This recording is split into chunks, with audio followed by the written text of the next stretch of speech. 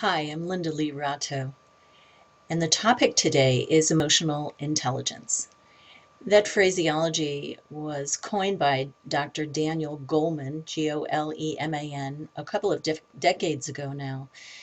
And emotional intelligence is an interesting phrase because we often think that we are victims of our emotions. And how do we lasso them? We just simply have feelings and emotions and what to do with them. Today, for just a few moments, I'll give you one or two steps that you can take to reflect on yourself.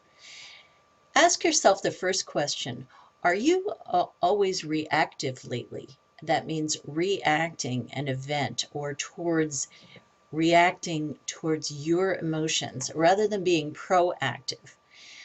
Uh, there are many ways that you can identify and use your emotions as intelligence and as ways to be smart in the workplace and at home, rather than being a quote unquote victim of your emotions.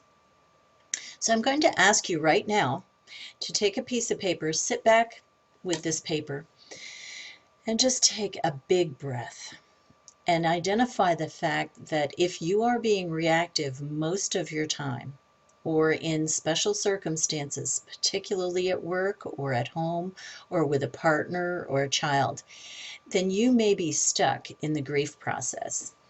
Are you in shock over a situation, or are you stuck always being angry about something?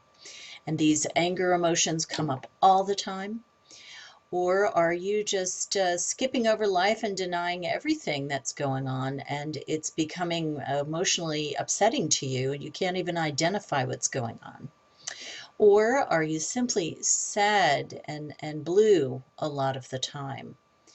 Or are you moving into some kind of acceptance zone that there's a situation you don't like, but you're working on how to be hopeful afterwards?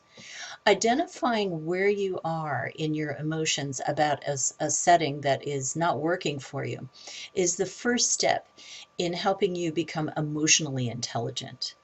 So give yourself a few minutes to ask yourself, are you still in shock over a situation?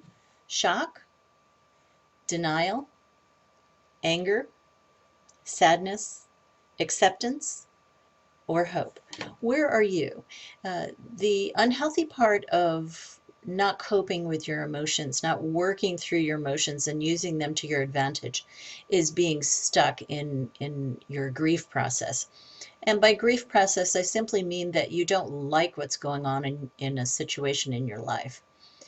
Elizabeth Kubler-Ross coined the stages of grief when she describe the loss of a loved one.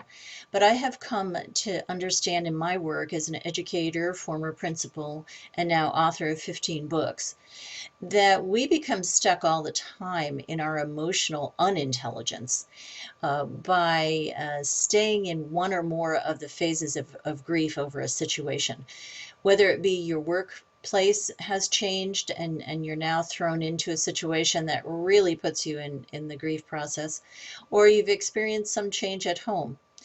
The grief steps and phases of a human being are very important to understand so that in effect we can become more intelligent with our emotions, lasso our emotions, and make them work to our advantage. I hope these two activities kind of allowed you to step back a bit and reflect on your life and make it work better for you.